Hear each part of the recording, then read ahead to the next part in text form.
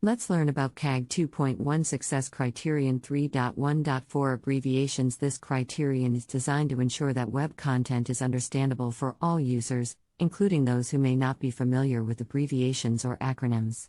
To meet this criterion, websites should use standard and commonly understood abbreviations, provide definitions for any abbreviations or acronyms that are not well known, and ensure that the abbreviations and acronyms are presented in a way that is easily understood by users.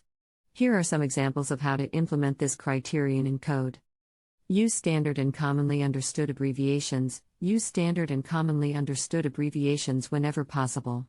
For example, use Mr. instead of Mr., and etc. instead of etc. Provide definitions for uncommon abbreviations and acronyms. If you need to use an uncommon abbreviation or acronym, provide a clear and concise definition for it so that all users can understand it. Use a title attribute to provide additional information. Use a title attribute to provide additional information about an abbreviation or acronym when it's first used on a page. This can be particularly helpful for users who may be unfamiliar with the abbreviation or acronym. Provide a glossary. If your website uses a lot of technical language or abbreviations, consider providing a glossary or list of definitions to help users understand them.